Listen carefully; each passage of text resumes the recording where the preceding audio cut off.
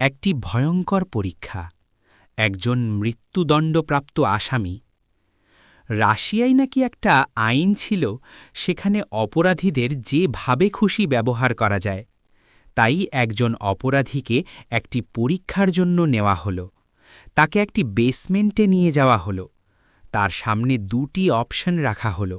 বলল, যদি তুমি এভাবেই জেলে থাকো তাহলে কোনো একদিন তোমাকে ফাঁসি দেওয়া হবে, অথবা আমাদের এই এক্সপেরিমেন্টের অংশ হয়ে যাও। যদি তুমি বেঁচে যাও তাহলে তোমাকে মুক্তি দেওয়া হবে। তাকে একটি স্টুলে বসানো হলো। তার ঠিক সামনে রাখা হলো একটি বড় বিষধর সাপ, ফনা তুলে বসে আছে। আসামিকে চেয়ারে বসিয়ে তার চোখ বেঁধে দেওয়া হলো। সে জানত সামনে একটি যমদূত কোবরা ফনা তুলে দাঁড়িয়ে আছে। কিন্তু পর্দার আড়ালে সাপটি সরিয়ে নেওয়া হলো। সাপের বদলে তার নাকে কেবল একটি সাধারণ সূঁচ দিয়ে হালকা খোঁচা দেওয়া হলো। ফল কি হলো জানেন?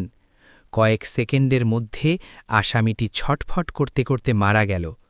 ময়নাতদন্তে দেখা গেল তার মৃত্যু হয়েছে হার্ট অ্যাটাকে। প্রশ্ন হল, সাপ তো কামড়ায়নি, তবে সে মরল কেন? উত্তর হল, তাকে সাপ মারেনি, তাকে মেরেছে তার ভয়।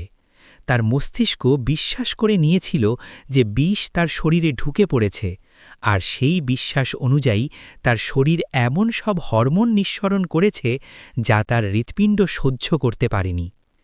এই ঘটনাটি আমাদের চোখে আঙুল দিয়ে দেখিয়ে দেয় যে আমাদের পরাজয় অনেক সময় বাইরে থেকে আসে না, আসে আমাদের ভেতর থেকে। আমরা ব্যর্থ হওয়ার আগেই মনের ভেতর শতবার ব্যর্থ হই। আজই নিজেকে প্রশ্ন করুন, আপনি কি আপনার মস্তিষ্ককে একটি অস্ত্র হিসেবে ব্যবহার করছেন, নাকি একে নিজের ফাঁসির দড়ি বানাচ্ছেন? ভয়কে নিয়ন্ত্রণ করতে শিখুন, নইলে ভয় আপনাকে সারা জীবন শাসন করবে।